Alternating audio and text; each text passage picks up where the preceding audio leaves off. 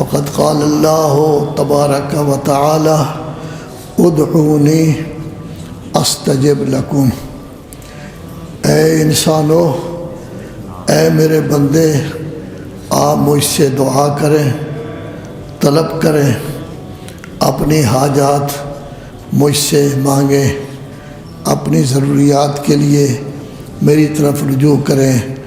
جب بھی کوئی احتیاج ہو اللہ فرماتا ہے میری طرف رجوع کریں، استجب لکم۔ اس پر میں لبیک کہوں گا، جواب دوں گا، آپ کی حاجت کو پورا کیا جائے گا۔ تو گویا حضرت انسان جب ہر طرف سے مایوس ہو جائے، اس کوئی راستہ نظر نہ آتا ہو، دنیا میں کوئی انسان اس کا کام کرنے کے لیے تیار نہ ہو، اس کی احتیاج پوری نہ ہو، تو انسان بند گلی میں نہیں رہ جاتا، بلکہ دروازہ کھلا ہوا ہے، ہر وقت کھلا ہوا ہے اللہ تبارک و تعالیٰ کا۔ اور اللہ بار بار قرآن مجید میں فرماتا ہے آؤ میری طرف، آؤ رجوع کرو میری طرف، اے بندے مجھ سے سوال کرو، میں تمہاری آواز پر لبیک کہتا ہوں۔ اے ایمان والو مجھ سے سوال کرو۔ صرف ایمان والے نہیں بلکہ غیر مسلم بھی جب اللہ کی طرف فطرتاً رجوع کرتے ہیں تو اللہ تبارک و تعالیٰ ان کی بھی دعا قبول کرتا ہے، ان کا کام بھی ہو جاتا ہے۔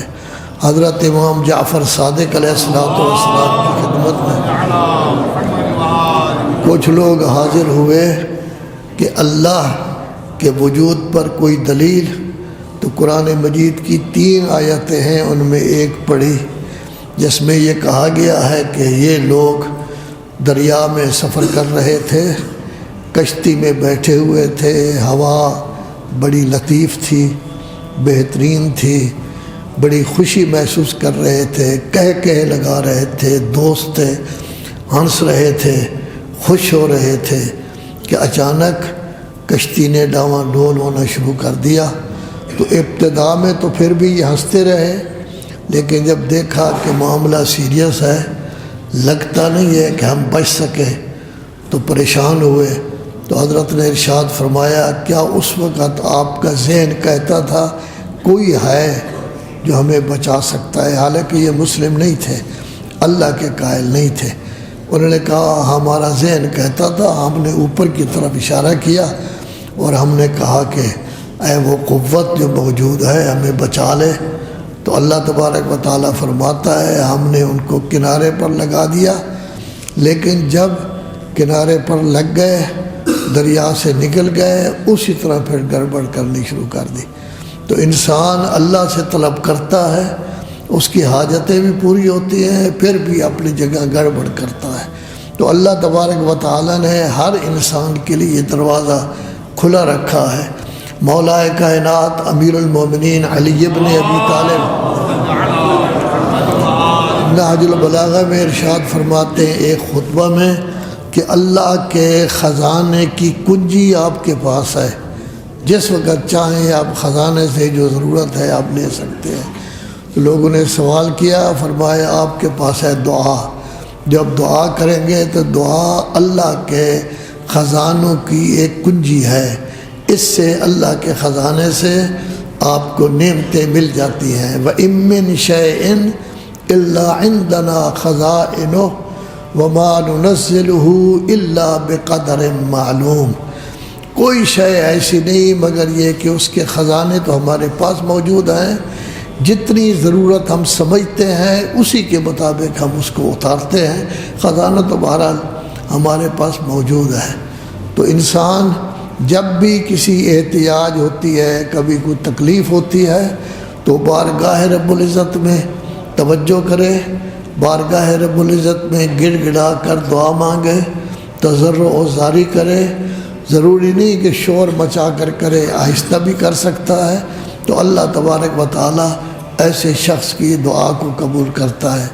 ماشاءاللہ آپ لوگوں کے امتحانات بہت اچھے ہو رہے ہیں، جو آپ کے پیپر ہو گئے ہیں وہ بہت اچھے ہیں، اس کا مطلب یہ ہے کہ آپ نے محنت کی ہے، لیکن ضروری نہیں کہ سب ہی محنتی ہوں، کچھ لوگ تو محنتی ہوتے ہیں اور کچھ لوگ جو ہیں وہ پھر سستی بھی کر جاتے ہیں۔ آپ کے ایسے لڑکے بھی ہیں جو امتحان کے دنوں میں بھی یہاں موجود نہیں، اور ماشاءاللہ آپ کے امتحان ہو رہے ہیں، اس امتحان کی برکت سے نماز میں آپ کی تعداد کم ہو گئی ہے۔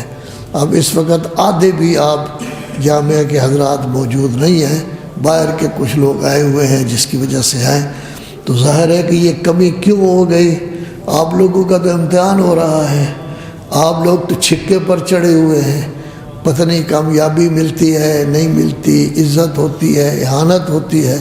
ایسے موقع پر تو اللہ تبارک و تعالیٰ کی طرف انسان زیادہ رجوع کرتا ہے تاکہ کامیابی و کامرانی ہو۔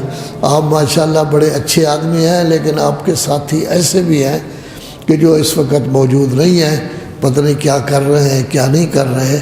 تو یہ ایک کمزوری ہے انسان کی، وہ سمجھتا نہیں ہے کہ میرا مستقبل جس چیز سے مربوط ہے اس کے لیے تو مجھے محنت کرنی ہوگی۔ جب میں دین پڑھ رہا ہوں تو مجھے محنت کرنی ہوگی کہ میں کامیاب و کامران ہوں۔ محنت کرنے کے لیے مشقت کرنی پڑتی ہے، سعی کرنی پڑتی ہے، کوشش کرنی پڑتی ہے۔ وَلَقَدْ خَلَقْنَا الْإِنسَانَ فِي كَبَدٍ، سورہ بلد میں 30واں پارہ میں اللہ ارشاد فرماتا ہے ہم نے انسان کو پیدا ہی مشقت میں کیا ہے۔ جب انسان یہ بچہ پیدا ہوتا ہے کتنی تکلیف کے ساتھ یہ پیدا ہوتا ہے، کوئی پتہ نہیں ہوتا بیچاری اس کی ماں زندہ بھی رہے گی یہ اس دنیا سے چلی جائے گی۔ زچگی کے ایام میں اگر ماں چلی جائے تو اس کو شہادت کہا گیا ہے، بہت بڑا مسئلہ ہوتا ہے زچگی کے ایام میں، اس وقت پھر انسان تکلیف میں ہوتا ہے، لیکن ماں باپ خدمت کرنے والے موجود ہوتے ہیں، بہن بھائی خدمت کرنے والے موجود ہوتے ہیں۔ پھر جب تھوڑا سا اٹھتا ہے گر جاتا ہے پھر تکلیف میں ہوتا ہے، سکول کے لیے دل نہیں چاہتا لیکن پھر بھی سکول اس کو بھیجا جا رہا ہے، پڑھائی کے لیے دل نہیں چاہتا پھر بھی ظاہر ہے کہ تکلیف کرنی پڑتی ہے۔ کامیابی و کامرانی اس وقت تک نہیں ہوتی جب تک کہ انسان تکلیف نہ کرے، محنت نہ کرے۔ یہاں جامعہ کے جو لوگ محنت کرتے ہیں وہ ظاہر ہے کامیاب بھی ہوئے ہیں۔ آج وہی لوگ آپ کو پڑھا رہے ہیں، آج سے 30-35 سال پہلے یا 50-60 سال پہلے وہ پڑھتے تھے، اب وہ آپ کو پڑھا رہے ہیں۔ حضرت مولانا جو آپ کے سامنے موجود ہیں، جب انہوں نے آخری امتحان دیا تھا تو 20 میں سے 20 نمبر ہی پورے لیے تھے، یعنی ان کی قابلیت ایسی تھی کہ کسی کتاب میں 20 نمبر سے 1 نمبر بھی ان کا کم نہیں ہوا۔ پڑھنے کے لیے گئے، حضرت آیت اللہ نے حکم دیا جو بھی پڑھنے کے لیے آیا ہے 5 سال تک جانے کی اجازت نہیں۔ ماں باپ یہاں پریشان رہے، بار بار ہمیں ٹیلی فون کرتے رہے والد صاحب ان کے، لیکن 5 سال پورے نہیں آئے۔ محنت کی ہے، 20 سال رہے ہیں، آج وہ عالم دین ہیں، اب وہ یہاں آپ کو پڑھا رہے ہیں۔ عربی بھی بہترین بولتے ہیں جیسے عرب بولتے ہیں، لکھتے بھی بہترین ہیں جیسے ہے، ایسے اساتذہ آپ کو پڑھا رہے ہیں۔ اب آپ کو چاہیے محنت کریں، اور انشاءاللہ یہ منصوبہ ہے کہ آپ کو یہ سال شروع ہوتا ہے تو باقاعدہ عربی زبان بھی آپ کو سکھائی جائے گی اور انگلش بھی سکھائی جائے گی تاکہ آپ عربی بھی بول سکیں، انگلش اس لیے کیونکہ پوری دنیا میں چلتی ہے۔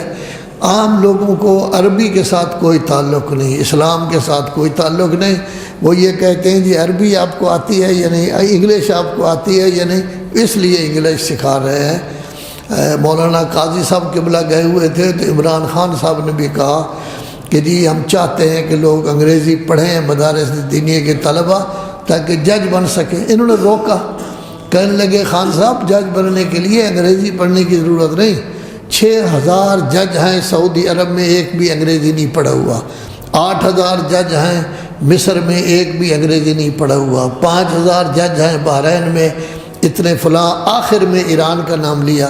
آپ نے بھی کہا کہ میں نے 30 سال گزارے ہیں وہاں، انگریزی نہیں پڑھا ہوا، کیونکہ ججز کے لیے تو اسلامی تعلیم ہونی چاہیے تاکہ اسلام کے مطابق فیصلہ کر سکے، اس وقت تو انگریزی کی کوئی ضرورت نہیں ہے۔ تو بہرحال اصل چیز کیا ہوتی ہے، انسان محنت کرے تو اسی محنت کی وجہ سے ہی کامیابی و کامرانی ہوتی ہے۔ آپ جب کتابیں پڑھتے ہیں جو بنیادی علوم ہیں ان کی ایک ایک کتاب آپ کو مستقل طور پر آپ کے ذہن میں ہونی چاہیے، یاد ہونی چاہیے، وہ بھی چھوٹی چھوٹی کتابیں۔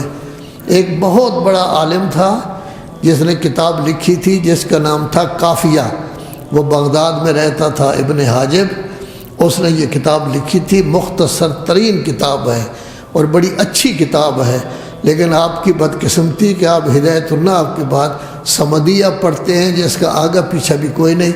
پہلے ہدایت النحو کے بعد کافیہ پڑھا جاتا تھا، پھر اس کی شرح جامی ہے وہ پڑھی جاتی تھی، جس کے بارے میں کہتے ہیں اس کے ہر لفظ کے نیچے شعر سویا ہوا ہے، پھر اس کے بعد رضی شرح الکافیہ تھی وہ پڑھی جاتی تھی، پھر مغنی۔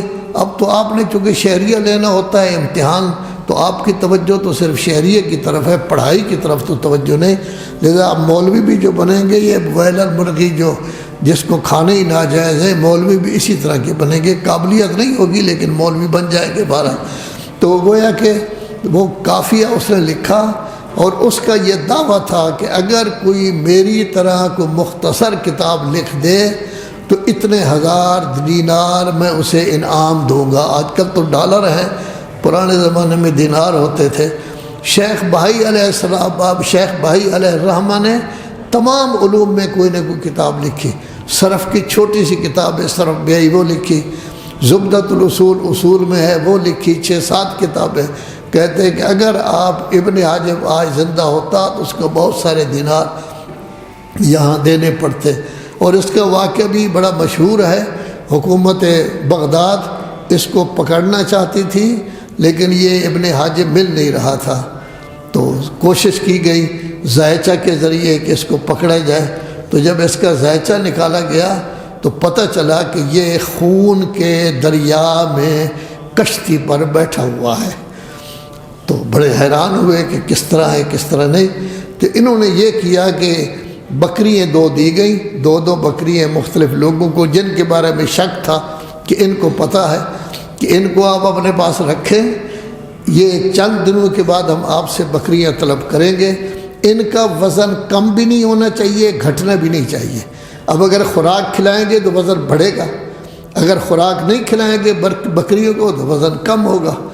تو جب وہ دیا گیا تو ان میں سے صرف ایک ایسا تھا کہ جس کی بکری کا وزن جو ہے وہ برابر تھا، باقی برابر نہیں تھا، تو اس کو پھر پکڑ لیا گیا کہ آپ بتائیں۔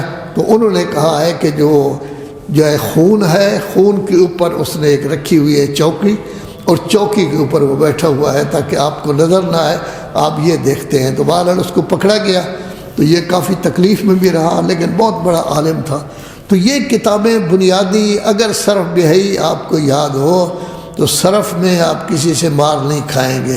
ہدایت النحو آپ مکمل اول سے لے کر آخر تک یاد کریں کہ بیٹھیں تو چند دنوں میں اس کو، چند منٹوں میں ان کو دہرا دیں تو آپ کبھی مار نہیں کھائیں گے۔ منطق میں عیسیٰ وجی ہے، وہ اگر یاد کر لیں، تمام منطق کی بنیاد وہی ہے، وہ بھی حضرت عیسیٰ سے پہلے ارسطو تھے جنہوں نے وہ کتاب مرتب کی تھی۔